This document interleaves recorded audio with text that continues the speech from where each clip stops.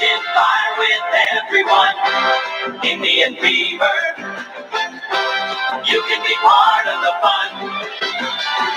You're the winner at every game. That's where the excitement begins. So catch Indian Fever, be a believer with the Cleveland Indians. Indian. Hello, everyone, and welcome to the January 30th, 2019 Lake County Sentinel podcast. I'm your host, Tim Shirer, publisher and sports editor of the Lake County Sentinel. For the last 21 years, almost 22, so it's been a while. Here we go, and we have a lot to talk about tonight, as usual. The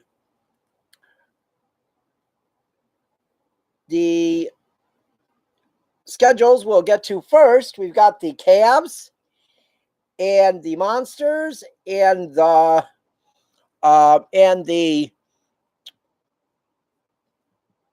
Icebreakers. So let's get right to it. The Cavs, they play Saturday against the Dallas Mavericks at the Q. And that will be at 7:30. And we'll talk about the Cavs more in a minute. But then we go to the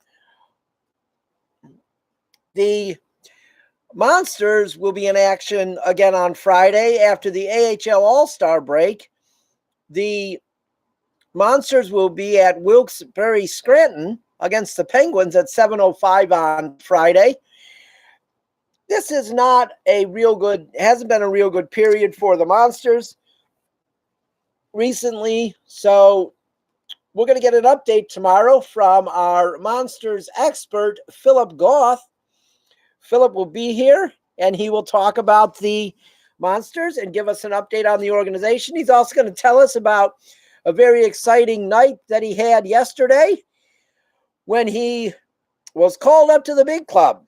And he had to bring some equipment down and spent the night with the Columbus Blue Jackets as they took on the Buffalo Sabres. And what made that even more special than normal is that Philip's dad, Greg, is a fan of the Buffalo Sabres. Philip's dad grew up just outside of Buffalo and has been a lifelong Sabres fan. He's also a Blue Jackets fan, but he's a Sabres fan.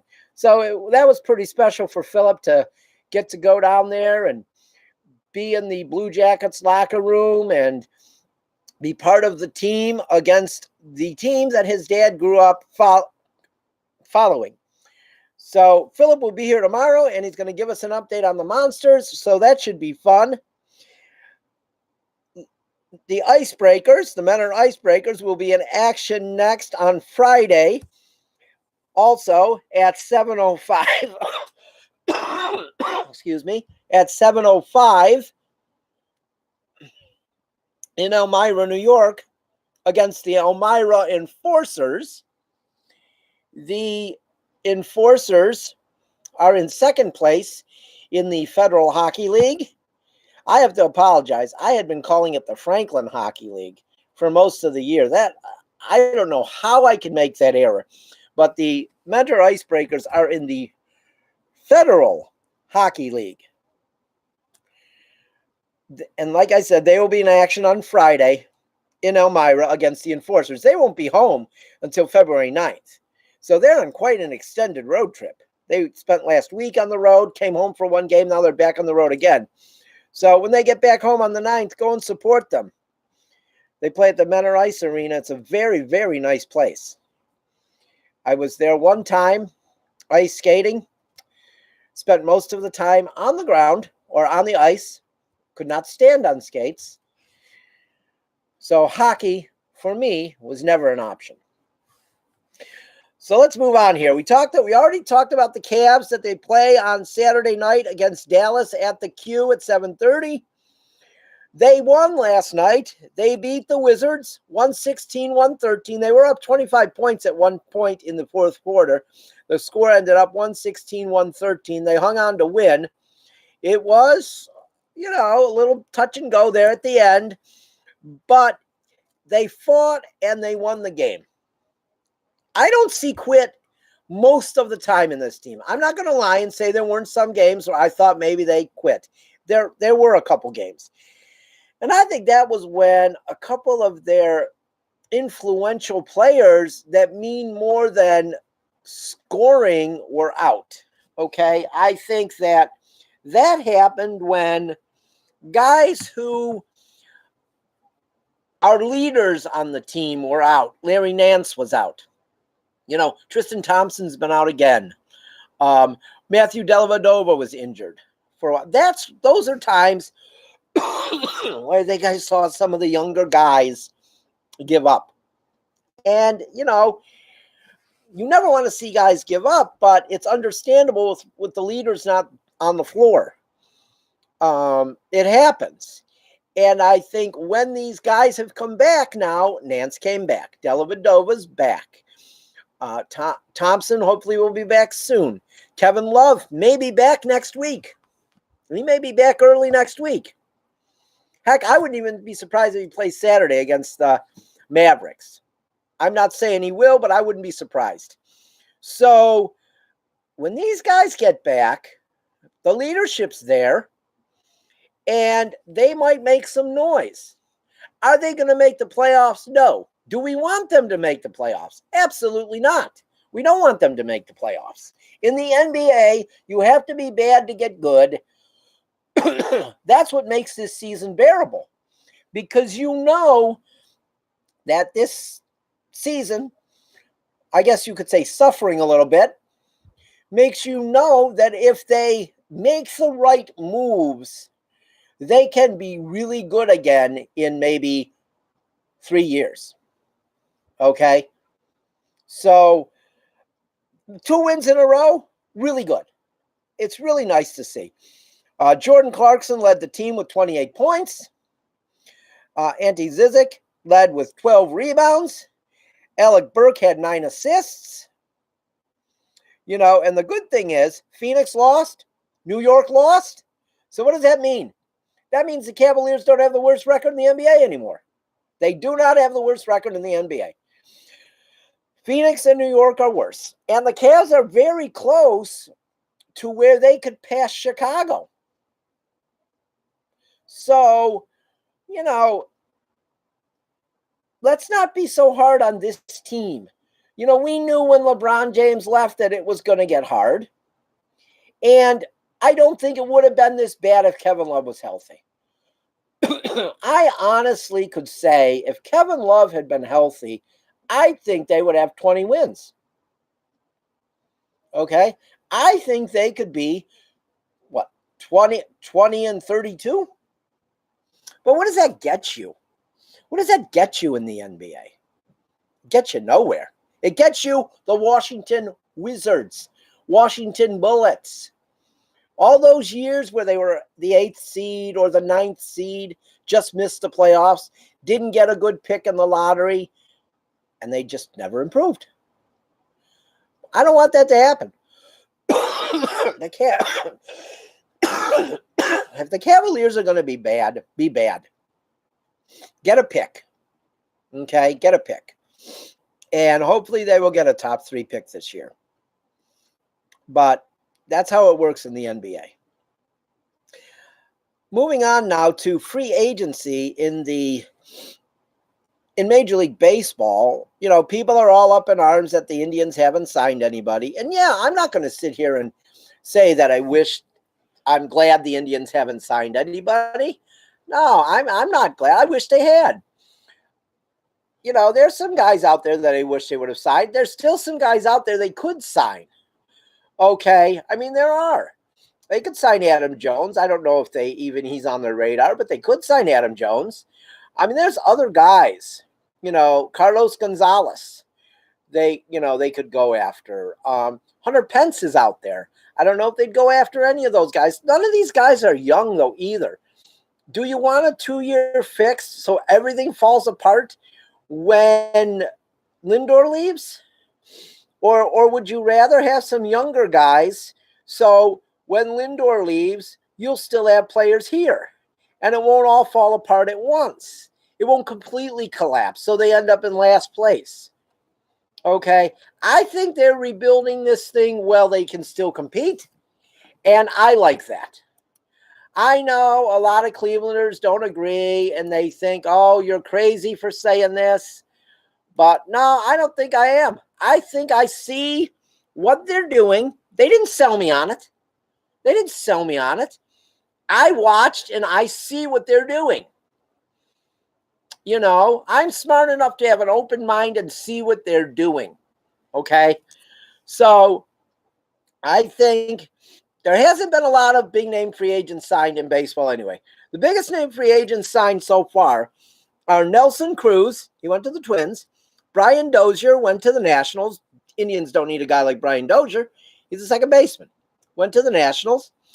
Andrew McCutchen went to the Phillies. He's a little older. You know, he commanded quite a bit of money. You know, Josh Donaldson went to the Braves.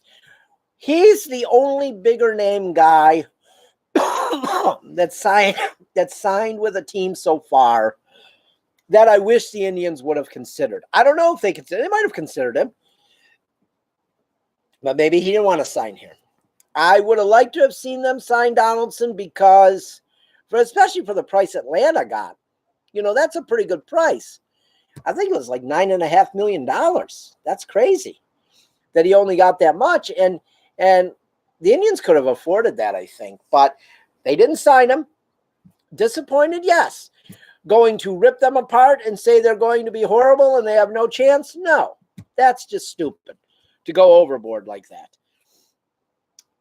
Nelson Cruz, that's a pretty good signing for the Twins, but the Twins need more than Nelson Cruz. Okay, let's say that. The Twins have a horrible bullpen, worse than the Indians. They definitely don't have the starting pitching the Indians have. They have one good pitcher. Okay, Barrios. That's it. So they signed Nelson Cruz. Okay, yeah. Is that going to, you know, how much is that going to help them? Dozier's gone this year from the beginning. Joe Mauer's gone. Okay. So what? So he's just replacing that. That's it. So if anyone thinks the Indians aren't going to win the division or aren't still the favorite, they're idiots. So I want to give you the email address exclusively for the podcast.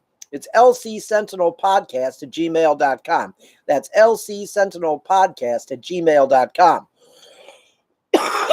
You could send your questions in and we'll use them on the air. So that, that's the state of the Indians. And like I said, other teams haven't signed a lot of free agents. Machado and Harper are still out there. And until they go, nobody's really going. No big guy's really going to go. So we'll see what happens. This could be another year where some players don't sign until the middle of spring training. You know, and that's not good for the players or the game. A really quick thought here, 30-second thought on Roger Goodell today being a coward at the press conference.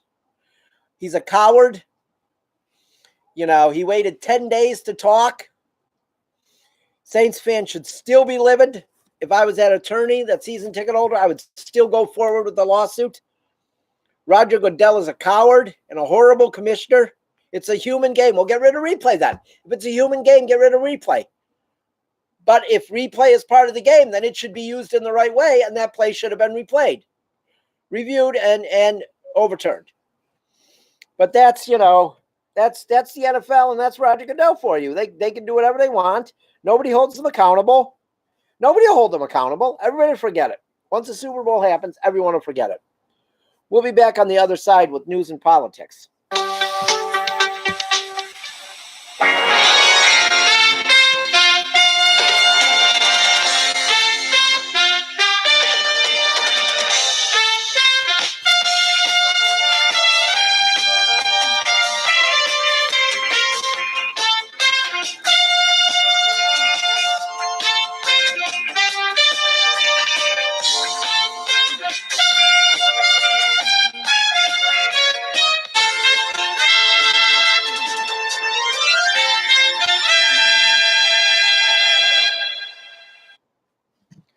Welcome back to the second half of the Lake County Sentinel podcast for January 30th, 2019. I'm your host, Tim Shirer. We'll be with you for about another 14 more minutes. We're going to talk about some news and politics now. A lot of political news, as usual, and most of it involving Donald Trump and lies or mistruths, however you want to say it. You know, once again, he is not being honest, and this time it's his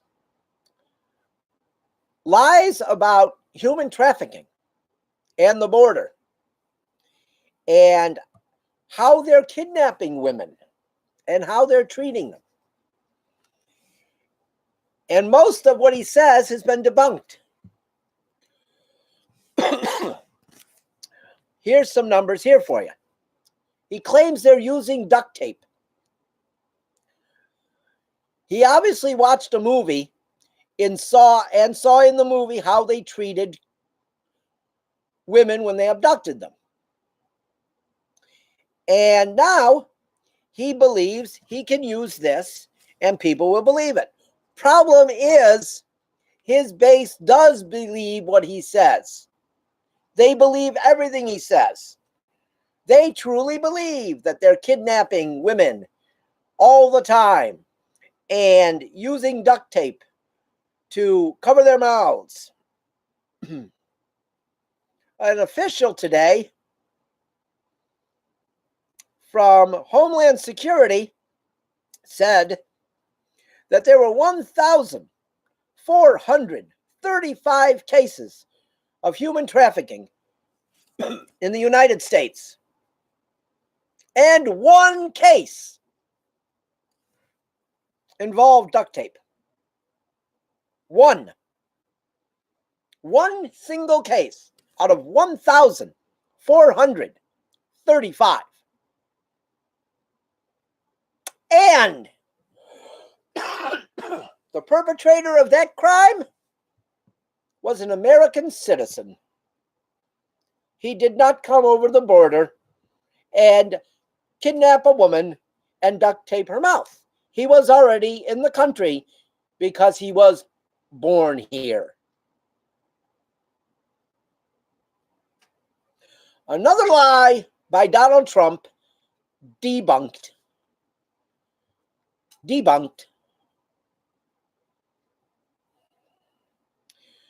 He goes on Twitter this morning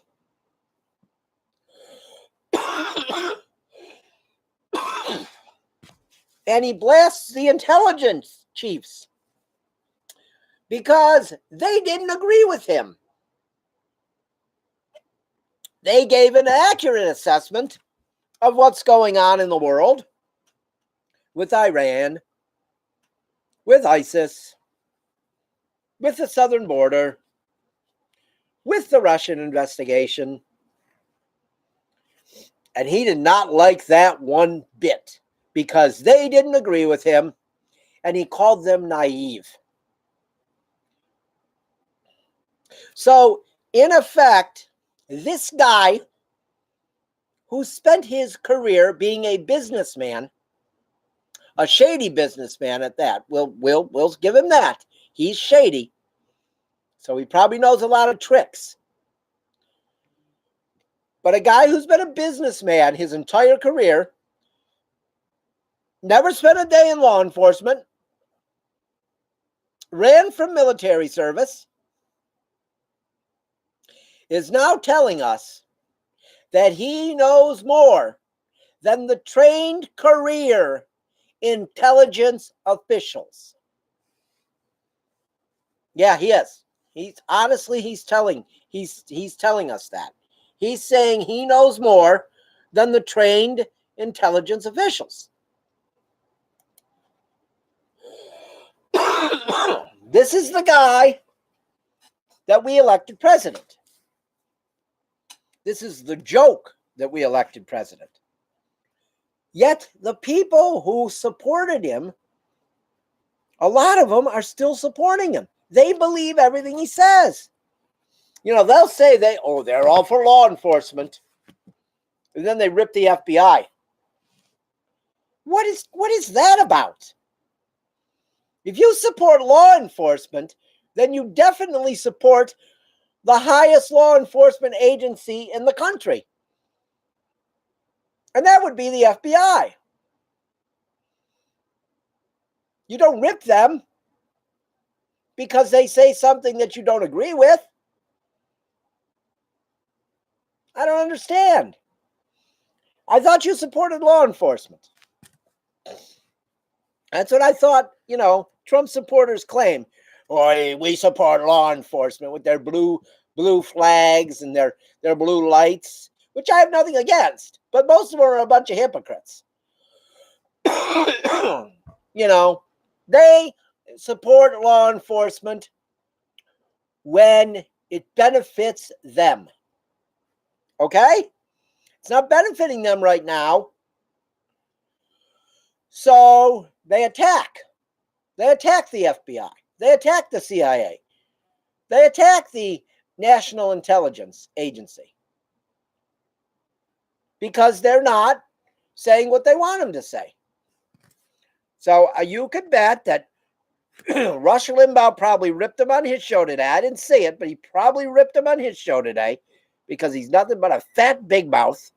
I'm sorry, that's what he is. He's a fat, hateful big mouth.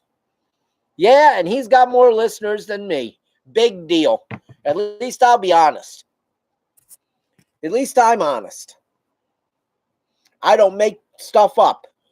I go by facts every night on this show. I do research every night for this show. Every single night I do research. Every night. I don't talk about anything that I haven't done some research about. And if I'm not really clear on it, I'll say I'm not really clear on it. Excuse me. And then I'll talk about it maybe the next day to clarify if I was wrong. Unlike Rush Limbaugh, who will say anything to advance his cause. All right? I give the stock market update every day. Tonight, it's not a positive update for my argument about Barack Obama and Donald Trump. But I'm still going to give the update. Because being fair and honest and telling the truth with facts behind it is what you're supposed to do in journalism. Yes, there's opinion on this show, but I have facts along with my opinion. I have facts to back up my opinion. Unlike a fat pig like Rush Limbaugh, who doesn't have facts half the time. He wrinkles his paper and makes stuff up. The guy's a lunatic, okay? And so many people follow this guy and believe the garbage he spews. He's a main reason we are in the shape we are in today. Guys like Rush Limbaugh and those non-journalists on Fox have hijacked our country. And they have to be stopped. People have to stop believing the garbage they spew. It's always funny how Trump supporters will tell me, you got to stop listening to CNN or you got to stop listening to MSNBC. And the next thing they do is post a comment with a link from Fox News. Okay, all right. I'll stop listening to CNN and MSNBC if you stop listening to Fox News. That's when I'll stop listening to MSNBC and CNN. When you stop listening to Fox News. Okay, so now we know. I don't ever have to stop listening to those two stations because you'll never stop listening to Fox News. Because you're a hypocrite. Because you can tell me to stop listening and watching something, but you won't stop watching the most biased news network in the history of television, the Fox News Network. They have one agenda and one agenda only. Promote the conservative agenda. That's what they do. That's their focus. That's their focus. They cover nothing fairly. Every once in a while, they'll have a moment where they have one of their commentators will act like they're fair, but then they go right back to what they are. So it's just so typical. But he talks about the intelligence agencies and the chiefs not knowing what they're talking about. Yet he doesn't give any real details. Well, he makes stuff up, and the people who voted for him continue to believe it and make stuff up too. Well, here we go with this one. Earlier today, Foxconn, an electronics giant, announced that plant they were going to build in Wisconsin and bring in 13,000 jobs, is now going to be about 3,000 jobs. And they're not going to be blue-collar jobs. They're going to be white-collar jobs. So they're not going to be for the middle-class, everyday guy. You're going to have a good college degree, probably a master's, to get a job there. So the everyday guy that was dumb enough to vote for Donald Trump,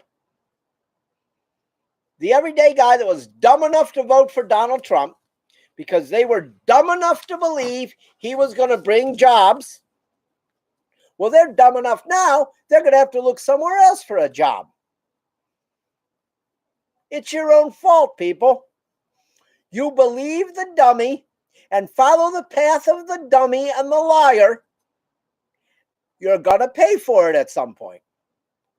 Wisconsin's a perfect example. They voted for a hateful governor in Scott Walker. They were the leader in this kind of politics, Wisconsin. They elected Scott Walker. That was the beginning of this mess. Him and Sarah Palin. So now it's kind of appropriate that Wisconsin's going to pay for this. That they are going to suffer from Trump's lie. It's kind of nice to see that people, a state that started this movement, they were the beginning of this movement when they elected Scott Walker. This hateful movement. It's kind of nice that they're going to pay for this. That they're not getting the jobs that Donald Trump promised them. He was fooled by Foxconn. Of course he was fooled by Foxconn. It's easy to fool Donald Trump. All you have to do is say some nice things to the guy, and he'll believe anything you say. All you got to do is compliment him a little bit, and he's going to believe anything you tell him. And that's what Foxconn did. That's what Foxconn did. They said some nice things about him. They said, "Come in here. We're gonna open this big factory, huge." He came and he dug some dirt with them, threw some dirt, and now they're not doing it. What a surprise! What a surprise! I'm sure he'll take to Twitter and say that he never thought they were going to have all these jobs, and he never said it. And then he'll blame Barack Obama and Hillary Clinton for it. Because that's what he does. That's what him and his supporters do. They take no blame for anything. They blame the Clintons for everything. We're done for tonight. Tomorrow we're going to have Philip Goff with us for the whole half hour. And we'll see you tomorrow night. I hope everybody stays warm and has a nice night.